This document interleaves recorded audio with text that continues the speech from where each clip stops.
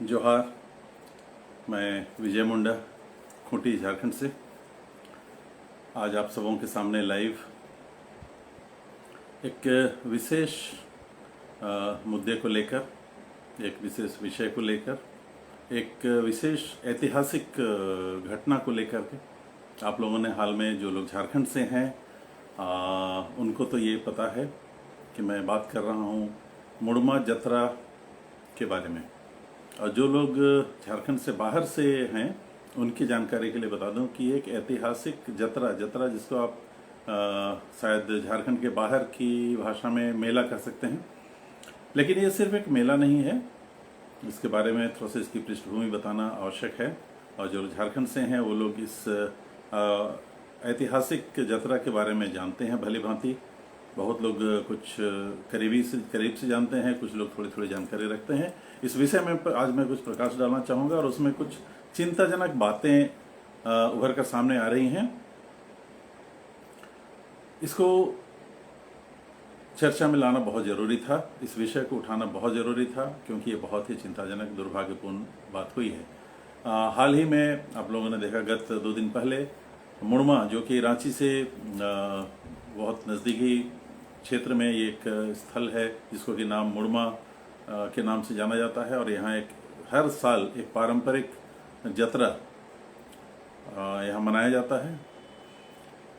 इसके पीछे की पृष्ठभूमि ये है भाइयों कि ये क्षेत्र, इतिहास में थोड़ा सा हमें जाना पड़ेगा। ये क्षेत्र मुंडाओं का रहा है, मुंडाओं का प्रदेश कहा गया है। कई राइटर्स ने इसको मुंडाज इन देयर कंट्रीज, माने मुंडाओं का ये प्रदेश या मुंडाओं का ये देश कहा गया है इस क्षेत्र को, क्योंकि मुंडा सबसे पहले जो बाशिंदा थे यहाँ के, वो मुंडा थे, और उनके यहाँ जो राजपाट सारा कुछ चलता था। अंतिम राजा आज भी सुतियांबेगढ़ के नाम से हम लोग जानते हैं, वो महाराजा मदरा मुंडा अंतिम राजा थे हमारे।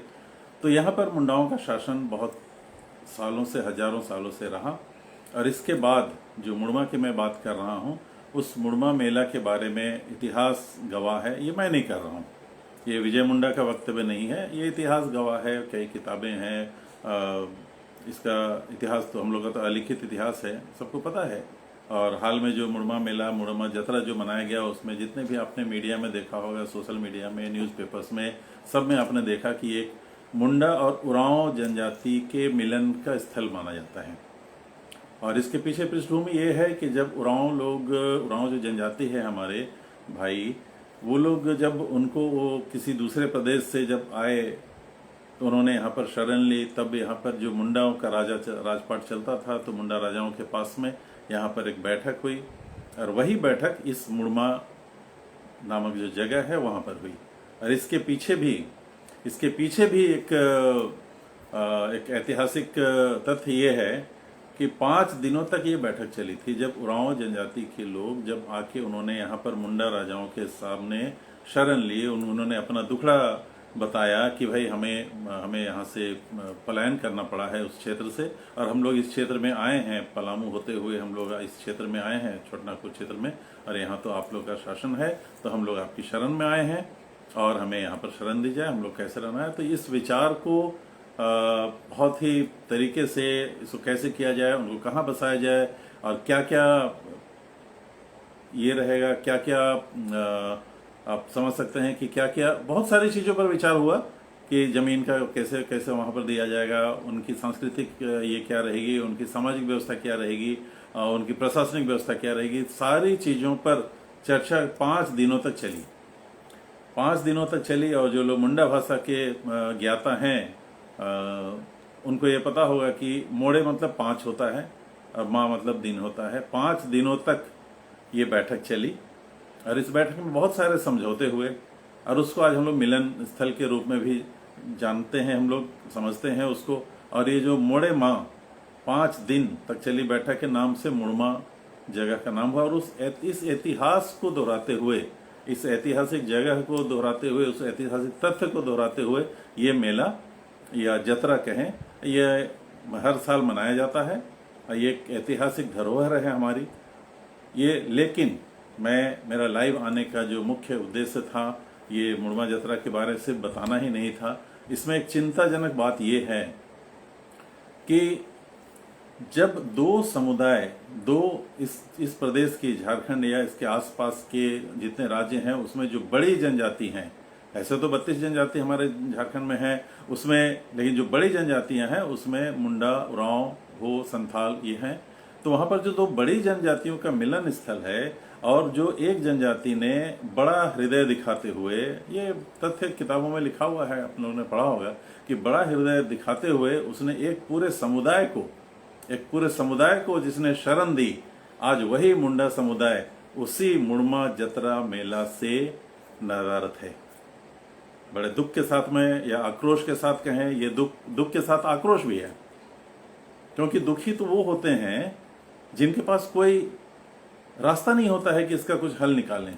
लेकिन आज समाज प्रबुद्ध है, समाज विकसित है, समाज के पास में सूचना तंत्र है, समाज के पास में अपनी व्यथा या अपनी भावनाएं या अपनी आपत्ति दर्ज कराने का सशक्त मीडियम है, सोशल मीडिया, समाचार पत्र हैं, टीवी मीडिया।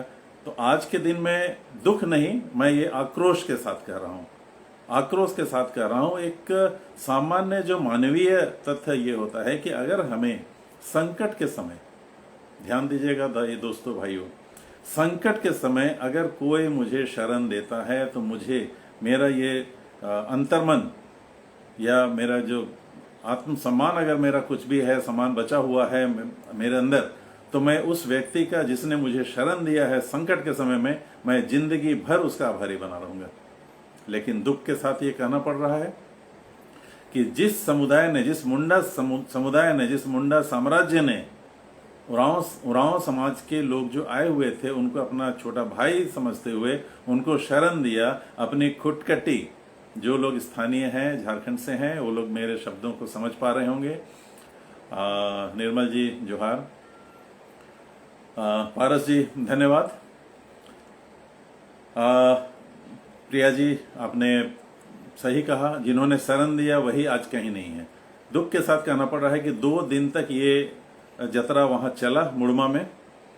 वहाँ का जो संचालन व्यवस्था या मंच की जो व्यवस्था थी, जो आमंत्रित लोग थे या पूरे कार्यक्रम में जिनकी भागीदारी रही, उसमें मुंडा समाज कहीं नहीं था। मैं ये सवाल करना चाहता हूँ इस ऐतिहासिक, शायद किसी को साहस हो न हो, लेकिन मैं तो ये आवाज़ उठाना चाह रहा हूँ, आपके सामने विषय रख रहा हूँ। इसका विरोध होना चाहिए कि जिस मुंडा समुदाय ने, उरांव समुदाय, यहाँ पर कोई जाति भेद की बात या जातिवाद की बात नहीं है, इस पर कोई आलोचना हो सकता है। मुझे पता है इस लाइव के बाद में शायद आप लोग बंधुओं में से कुछ लोग मेरी आलोचना करेंगे कि आप जातिवाद की बात कर रहे हैं। यहाँ पर जातिवाद की बात नहीं है, यहाँ इतिहास की बात हो रही है। निर्मल जी जोहार, यहाँ इतिहास की बात कर रही है। मैं विजय मुंडा, यहाँ पर मैं अपनी बात नहीं कर रहा हूँ, कोई व्यक्तिगत बात नहीं कर रहा हूँ। इसलिए निवेदन रहेगा कि इस लाइव के बाद में इस विषय पर अगर कोई तथ्यपूर्ण बात रखनी हो तो स्वागत है, या इस लाइव के दरमियान भी अगर कोई बात, अगर अपने भाई बंधु जो देख रहे हैं वो अगर बात करना चाहते हैं, चर्चा हम लोग करेंगे, उसका स्वागत है। लेकिन चूंकि ये मेरा व्यक्तिगत प्रश्न नहीं है, ये इतिहास, और कहा गया है कि इतिहास कभी किसी को माफ नहीं करता है, और इतिहास के साथ जो खिलवाड़ करता है उसको इतिहास उसका हिसाब लेता है। इसलिए मैं मुड़मा जतरा की जो आयोजन समिति है और उसके जो समर्थक हैं, उन सब को मैं ये आग्रह भी कर रहा हूँ, चेतावनी भी दे रहा हूँ कि कम से कम इतिहास के साथ खिलवाड़ न करें। यहाँ पर ये जो 2 दिन जो मंच सजा, वहाँ पर क्या मुंडा समाज के लोगों को या मुंडा समाज के जो पढ़ा राजाओं को, मुंडा समाज के पाहन राजाओं को क्या वहाँ आमंत्रित किया गया? उनको जो यथोचित सम्मान होता है।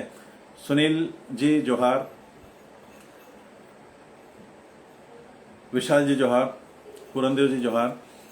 यहाँ पर मैं दोहरा दूं कि पूरे 2 दिन के कार्यक्रम जो कि इतिहास है, जो कि एक प्रतीक है मुंडा और उरांव समाज के मिलन की स्थली माना जाता है, और जो उनको शरण दी, उनका पदार्पण यहाँ हुआ, उनका बीज यहाँ बोया गया मुंडाओं के द्वारा, उनको खुटखटी जमीन में हिस्सा दिया गया। यहाँ तक कि जो पढ़ा व्यवस्था, जो यहाँ की, जो झारखंड से बाहर से मुझे सुन रहे हैं पूरनदेव जी, और आप लोगों के जानकारी के लिए बता दूं कि हमारी जो रूढ़ी परंपरा है, जिसको हमें कस्टमरी लॉ कहते हैं, जिसे कि सुप्रीम कोर्ट तक मान्यता मिली हुई है, संविधान में मान्यता मिली हुई है अनुच्छेद 13(3) के तहत, कि जो जनजाति समाज है, जनजाति समाज की जो स्वशासन की व्यवस्था है, जिसको कि सेल्फ एडमिनिस्ट्रेशन कह सकते हैं, रूढ़ी परंपरा कह सकते हैं, उनको आप कस्टमरी लॉ अंग्रेजी भाषा में या संवैधानिक भाषा में उसको कस्टमरी लॉ कहते हैं।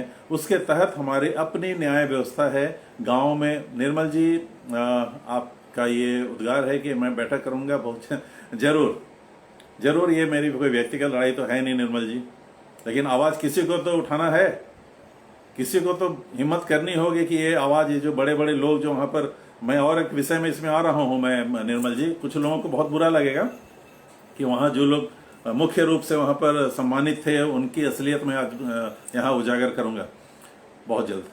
तो मैं बता रहा था कि स्वशासन परंपरा है, उसकी परंपरा थी पढ़ा राजा।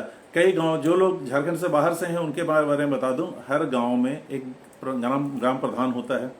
ग्राम प्रधान के ऊपर में, कई गांवों के ऊपर में एक पढ़ा राजा होता है। एक एक पढ़ा राजा को क्षेत्र के अनुसार कुछ कम या ज्यादा हो सकता है। एक एक पढ़ा राजा के अंडर में कम से कम 30-40 गांव आते हैं, और उन जितने भी गांव हैं उनके लोगों के बीच में कुछ भी विवाद होता है तो पढ़ा राजा जो है वो लोग अपना निर्णय सुनाते हैं, या उससे भी बड़ी बात होती है तो ज्यादा पढ़ा राजा लोग। तो ये जो पढ़ा राजा हैं हमारे लिए सम्मानित एक प्रशासनिक व्यवस्था के मुखिया हैं।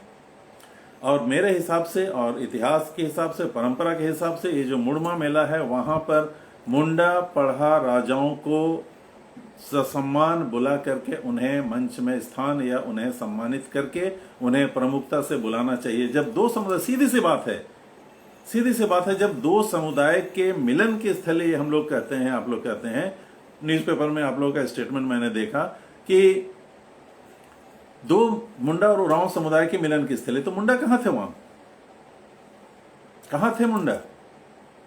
किस मुंडा पढ़ा राजा को वहां आमंत्रित किया गया? मेरा सवाल सीधा सीधा है, किस मुंडा पढ़ा राजा को? यहां तो होना ये चाहिए था, इस पूरे क्षेत्र, पूरे झारखंड के जितने भी मुंडा पढ़ा राजा हैं उनमें से जो बड़े जो हैं, जितने भी हमारे पढ़ा राजा हैं, बल्कि सबको सम्मान पूर्वक, और जो उनमें सबसे ऊपर के होंगे उनको मंच में स्थान मिलना चाहिए था, उनको सम्मान मिलना चाहिए था।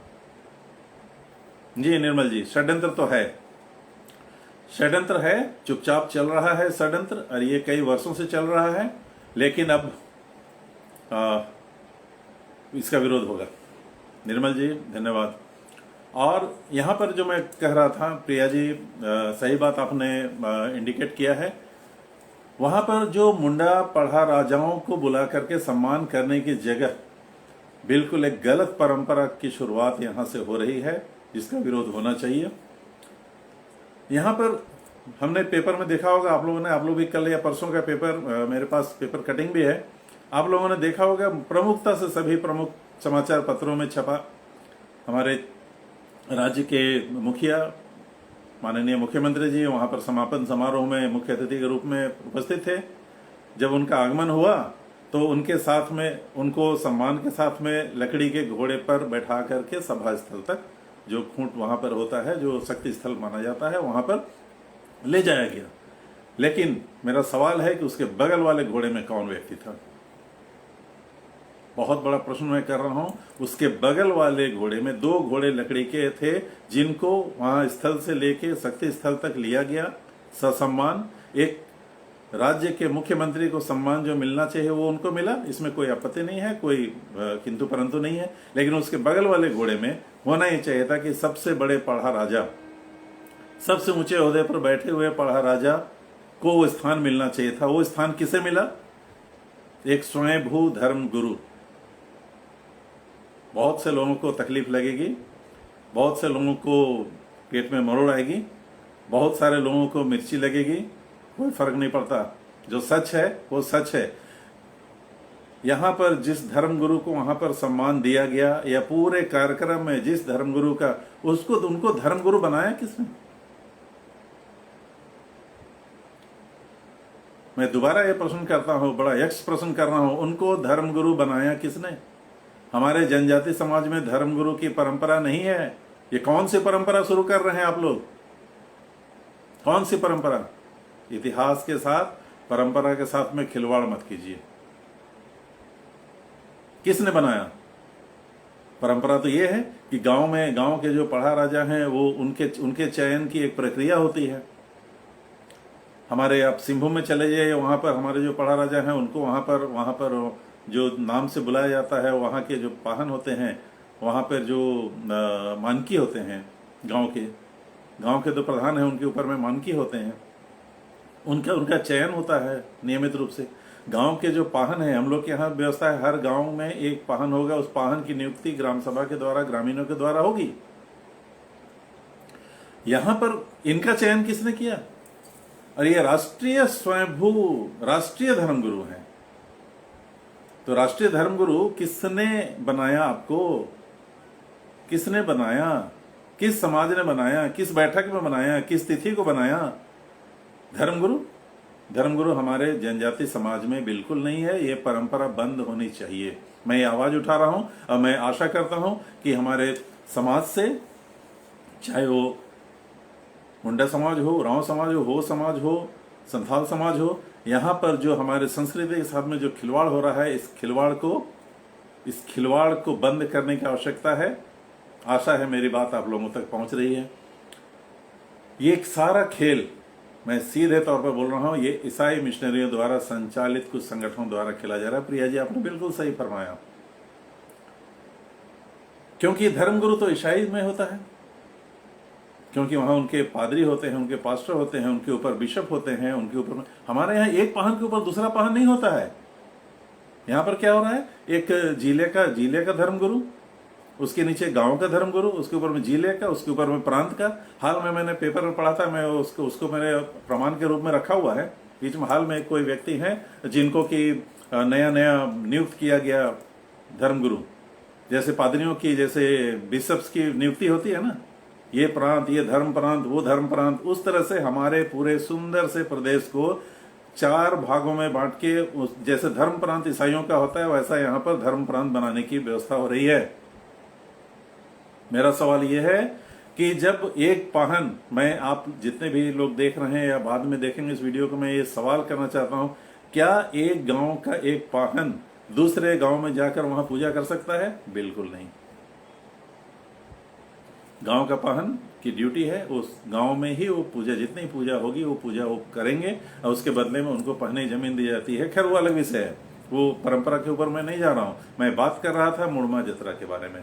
तो मुड़मा जतरा में चीफ मिनिस्टर के सामने, मुख्यमंत्री के बगल में जो स्थान था, वो स्थान एक सबसे ऊंचे पढ़ा राजा, वो भी मुंडा पढ़ा राजा को होना चाहिए था। वहां पर एक स्वयंभू नकली, बिल्कुल नकली धर्मगुरु की तो व्यवस्था ही नहीं है हमारे आदिवासी समाज में, जनजाति समाज में धर्मगुरु की स्थिति ही नहीं है।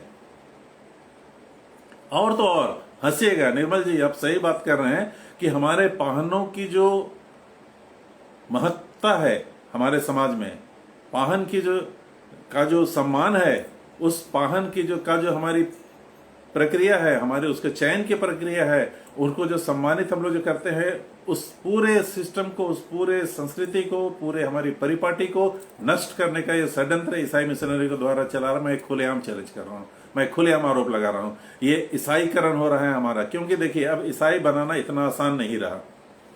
झारखंड में धर्म स्वतंत्र कानून है, 2017 से लागू है। ईसाई बनाना इतना आसान नहीं है। लोग चोरी छुपे बना रहे हैं, वो पर्दाफाश उनका हो रहा है, और लोग जेल भी जा रहे हैं और जाएंगे भी। लेकिन ईसाई जैसा बनाने का षड्यंत्र यहां पर हो रहा है। मैं इस लाइव के माध्यम से बता दूं, जितने भी ईसाई परंपरा है उसको हमारे जनजाति समाज के ऊपर में थोपा जा रहा है। धर्मगुरु की परंपरा ईसाई समुदाय में है, हमारे समुदाय में नहीं है। वहां पर धर्मगुरु की परंपरा यहां पर थोपी जा रही है। अब जब इनके द्वारा हर जगह ये इस तरह के धर्मगुरु होंगे, उनके द्वारा पाहन लोगों की नियुक्ति होगी, वो पाहन तो फिर हमारे जो गांवों में, जो गांवों के द्वारा हमारे अपनी जो रूढ़ी व्यवस्था, कस्टमरी लॉ के आधार पर जितने भी चुने हुए पाहन हैं, उनका क्या होगा? मेरा सवाल ये है, उनका क्या होगा? वहां जो पढ़ा राजा हैं, उनका क्या होगा? उनका सम्मान कहां रहा? मैं इस लाइव के माध्यम से या आप लोग के माध्यम से मैं ये बात अपने जितने भी कई पढ़ा राजाओं से कल 2 दिन से मेरे पास कई फोन आ रहे हैं, कई बातचीत हो रही है। लोग दुखी हैं कि ये हो क्या रहा है। पवन गुप्ता जी जोहार, ये जानकारी मैं दे रहा हूं जो व्यवस्था है, लेकिन जो गलत हो रहा है वो जानकारी ज्यादा महत्वपूर्ण है पवन जी, और ये इसका पर्दाफाश होना चाहिए। ये गलत परंपरा हम लोग पनपने अगर देंगे और हम लोग चुप रहेंगे, मैं इस लाइव के माध्यम से जितने भी सरना नामधारी संगठन हैं पूरे झारखंड में, बिहार, बंगाल, उड़ीसा, बाहर यहाँ से नेपाल से भी कुछ लोग आए हुए थे इस जतरा में जी निर्मल जी, सही बात है। आप कटु सत्य बोल रहे हैं, दलाल, चोर, ये शब्द मैं थोड़ा सा हो सकता है भाषा में मैं कटुता नहीं ला रहा हूं, क्योंकि इनके लिए जितना भी कटु शब्द आप इस्तेमाल कीजिए कम है, क्योंकि हमारी संस्कृति के साथ खिलवाड़ कर रहे हैं। अरे हम लोगों ने अपनी संस्कृति के साथ खिलवाड़ करने, अंग्रेजों को हम लोगों ने बर्दाश्त नहीं किया, बिरसा मुंडा, सिद्धू कानू, इन्होंने अंग्रेजों को बर्दाश्त नहीं किया, तो ये काले अंग्रेजों को हम लोग क्या बर्दाश्त करेंगे निर्मल जी। शर्म आनी चाहिए। एक संस्कृति, इतनी सुंदर संस्कृति जिसको कि हीरा नागपुर, छोटना सोना गाना आप लोगों ने सुना होगा, हीरा नागपुर, सोना नागपुर, इतना सुंदर सा प्रदेश, उसकी सुंदर सी हमारी भोली भाली जनता, और उस भोली भाली जनता का इतना सुदृढ़ परंपरा, स्वशासन, कि हम लोग अपनी छोटी छोटी बात को लेकर थाना पुलिस नहीं जाते, हम लोग अपने गांव में कर लेते हैं। ये जो स्वशासन व्यवस्था थी उसके साथ खिलवाड़ करने का प्रयास किया जा रहा है, इसका तो विरोध होगा। मनोज जी, झारखंडी जोहार, स्वागत है। यहां पर इन धर्मगुरुओं के बारे में बता दूं, और इनका कथन है, इनका रिकॉर्डेड कथन है कि बलि प्रथा नहीं होनी चाहिए जनजाति समाज में। अरे मूर्खों, हमारे देवी देवता जो है ना, जनजाति देवी देवता जो है हमारे, वो कुछ ऐसी चीजों से ही प्रसन्न होते हैं, उन चीजों के प्रयोग के बिना हमारी पूजा पूरी होगी नहीं। मैं सीधा सवाल करता हूं, लोग हणिया जो हमारा मादक द्रव्य है, उसको आजकल खैर उसका बाजारीकरण हो गया है, उसका मुझे दुख है, लेकिन हणिया, तपन जिसको बोलते हैं, जो लोग मुंडारी भाषा समझते हैं, तपन, उसके बिना हमारी कोई पूजा पूरी होगी ही नहीं। कई पूजा ऐसी होती है जो हमारी पूजा है उसमें मुर्गे की बलि आवश्यक है। कुछ लोगों को अटपटा लगेगा, लेकिन जो परंपरा है सो है, और वो हजारों साल से है। उसके पीछे कोई ना कोई वैज्ञानिक तथ्य रहा है, कोई ना कोई वैज्ञानिक पृष्ठभूमि रही है, तभी जाकर वो भी जहां लाल मुर्गा तो वहां लाल मुर्गा लगेगा, जहां सफेद मुर्गा तो वहां सफेद मुर्गा। अगर मैं गलत बोल रहा हूं तो कोई मुझे चैलेंज करे। जहां लाल मुर्गा लगेगा वहां अगर हम बोलेंगे नहीं मुर्गा नहीं मिल रहा है, मैं फूल चढ़ाऊंगा। ये लोग क्या करते हैं, फूल चढ़ा रहे हैं।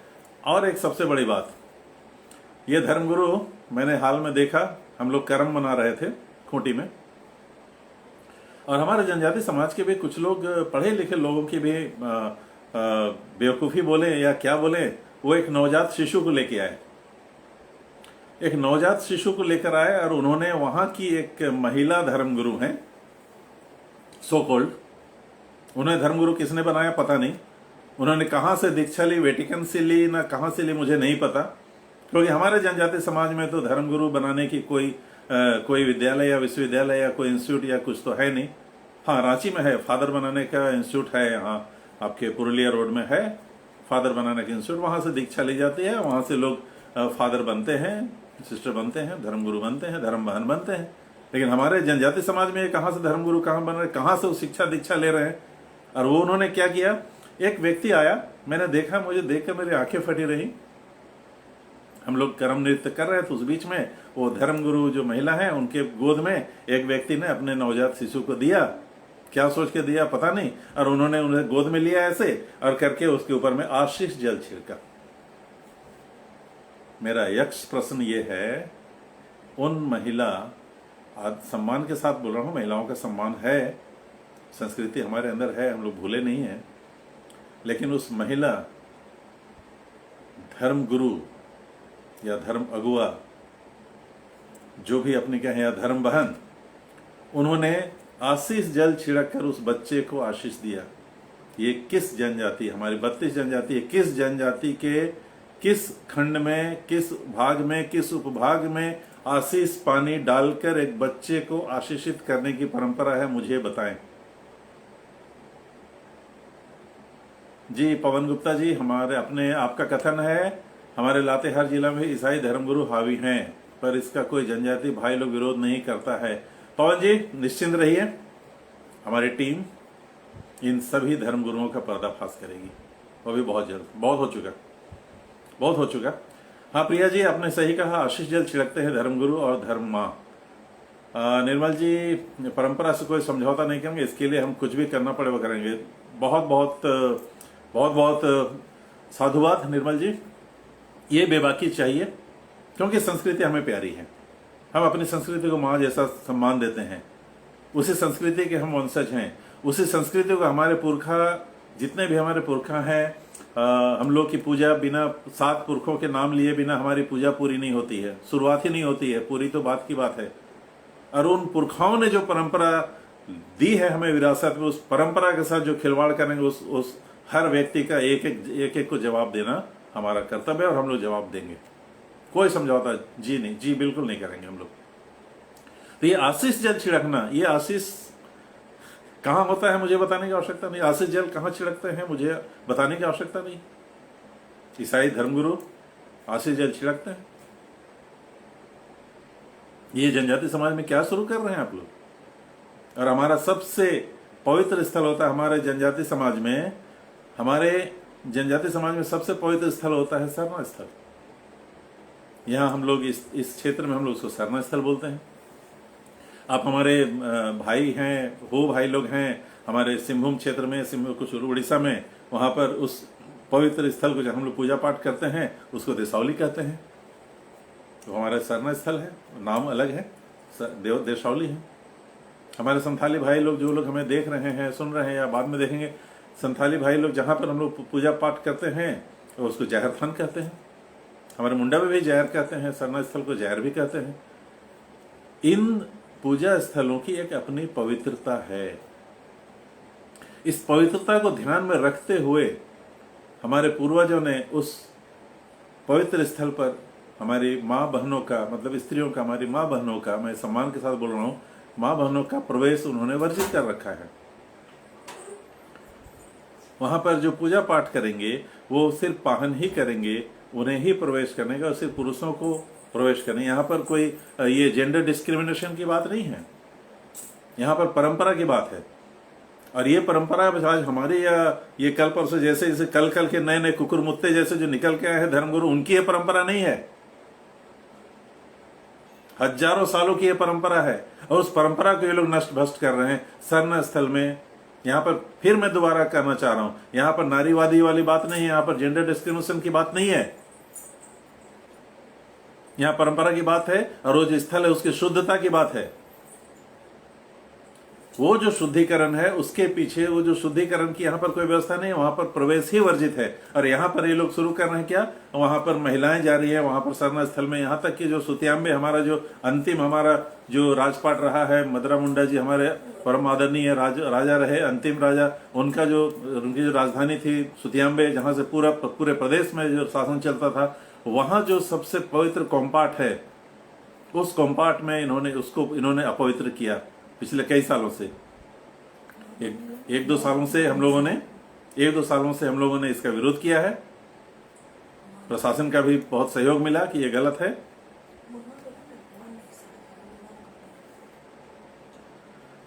तो विषय में फिर वापस मैं लौट रहा हूं। जी पवन जी, दीदी के लिए आपने शुभकामनाएं दी हैं, धन्यवाद। दीदी को ऊर्जावान बनाए रहने के लिए समाज संस्कृति के दहाड़ते रहिए, जरूरी है। क्योंकि जब आक्रमण होता है तो हम लोग फूल माला लेके तो आरती उतारने के लिए तो बैठे नहीं रहेंगे। जब हमारी संस्कृति पर आंच आएगी तो हथियार घर पर है। जब बिरसा मुंडा हथियार उठा सकते हैं तो हम लोग, आपकी प्रिया दीदी तो ऑलरेडी हथियार उठा चुकी हैं। तो मैं वापस आता हूं मुड़मा मेला में। अपनी बात को समाप्त करने से पहले मैं वापस आता हूं मुड़मा मेला में। मुड़मा मेला जब 2 संस्कृतियों का मिलन स्थल है, उस मिलन स्थल में मुंडा कहाँ थे? ये मुंडाओं का अपमान नहीं है?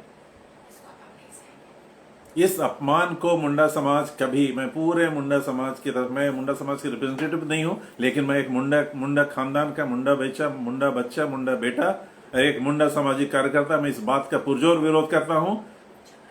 और मेरे आदरणीय स्वर्गीय चमरा मुंडा जी, मेरे पिताजी, जो आजीवन अपनी धर्म और संस्कृति, जो हमारे आदिवासी मुंडा समाज अखिल भारतीय सरना समाज के राष्ट्रीय अध्यक्ष एवं संस्थापक रहे हैं, उन्होंने जिंदगी भर अपनी संस्कृति और अपने धर्म समाज, अपनी परंपरा के वो प्रहरी रहे हैं। पूरे क्षेत्र में उनका सम्मान है। उसका सम्मान का मैं साक्षी भी रहा हूं, मैं उनका शिष्य भी रहा हूं, सिर्फ पुत्र नहीं।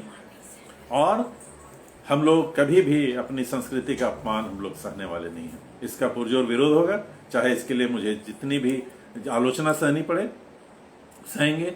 लेकिन यहाँ पर जो मुड़मा में जो मुंडाओं का जो अपमान हुआ है, जिसने शरण दी आपको, जिन्हें इतिहास नहीं पता, मैं उनके लिए जानकारी दे दूं। जो लोग शायद झारखंड से बाहर से सुन रहे हैं, पूरन जी, आप लोग सागवाड़ा से सुन रहे हैं, राजस्थान से, जी मुंडाओं ने उरांव समुदाय को शरण दी, और जिसने शरण दी वही आज उपेक्षित, उसी का अपमान। लानत है, शर्म आनी चाहिए। अगला जो उम्मीद करता हूं कि आप लोगों को, शायद आप मेरी आलोचना करने से, इस लाइव के बाद में मेरी आलोचना या मेरे बारे में कुछ कहने से पहले आप लोग आत्ममंथन करेंगे। जितने भी आयोजन करता है, आप लोग आत्ममंथन करेंगे और सच्चाई को स्वीकारेंगे कि हाँ, गलती हुई है, थोड़ी भी शर्म बाकी है, अपनी गलती सुधार करके अगले वर्ष, और हम लोग प्रहरी के रूप में, मुंडा समाज प्रहरी के रूप में रहेगा कि अगली बार क्या हो रहा है। मैं अपनी बात नहीं कर रहा हूं, हम लोग साधारण सामाजिक कार्यकर्ता हैं, लेकिन जो हमारी जो परंपरा है, उसके जो पढ़ा राजा हैं, जिनको उचित सम्मान मिलना चाहिए मुड़मा में, वो सम्मान अगले वर्ष मिलना चाहिए। और ऐसे धर्मगुरु, जो स्वयंभू धर्मगुरु हैं, उनको तो चुल्लू भर पानी में डूब मरना चाहिए कि वो किस मुंह से ऐसे, जिनकी ना कोई पदवी है, किसने उन्हें पदवी दी, शायद अगर वेटिकन से मिला हो या फिर मिशनरियों द्वारा उनको प्लांट किया गया हो, उनको उन्होंने धर्मगुरु बनाया हो, तो बात अलग है, मैं नहीं जानता। लेकिन वो जनजाति समाज में धर्मगुरु की कोई परंपरा नहीं है। इस परंपरा को हम लोग, ये जो प्रैक्टिस चल रहा है, इसमें बहुत सारी बातें हैं जो मैं, आज तो विषय ये था। और ये जो प्रार्थना सभा चल रहा है, ये इसका भी इतिहास है। प्रार्थना सभा कब अंग्रेजों के द्वारा हमारे समाज का ईसाईकरण करने के लिए प्रार्थना सभा शुरू की गई थी, वही प्रार्थना सभा अभी हमारे जनजाति समाज के कुछ जयचंदों द्वारा की जा रही है। वो एक अलग विषय है, उस विषय पर फिर मैं आप लोगों से मुखातिब होऊंगा, आप लोगों से बात करूंगा। इन्हीं बातों के साथ में मैं अपने इस वक्तव्य को, आज के विषय को समाज के सामने रख रहा हूं। ये एक बहुत बड़ी विडंबना है, बहुत बड़ी गलती हो रही है। और इस बात को लेके उरांव समाज, मुंडा समाज सभी को खुले दिल से राजनीति, धार्मिक, ये सबसे ऊपर उठ के अपनी परंपरा को ध्यान में रखते हुए, क्योंकि हम लोग इतिहास को अगर हम लोग अक्षुण्ण रखेंगे, इतिहास हमें आगे ले जाएगा। अगर हम लोग इतिहास से खिलवाड़ करेंगे, इतिहास हमें नष्ट कर देगा, इतिहास हमें माफ नहीं करेगा। इन्हीं शब्दों के साथ जय हिंद, जोहार।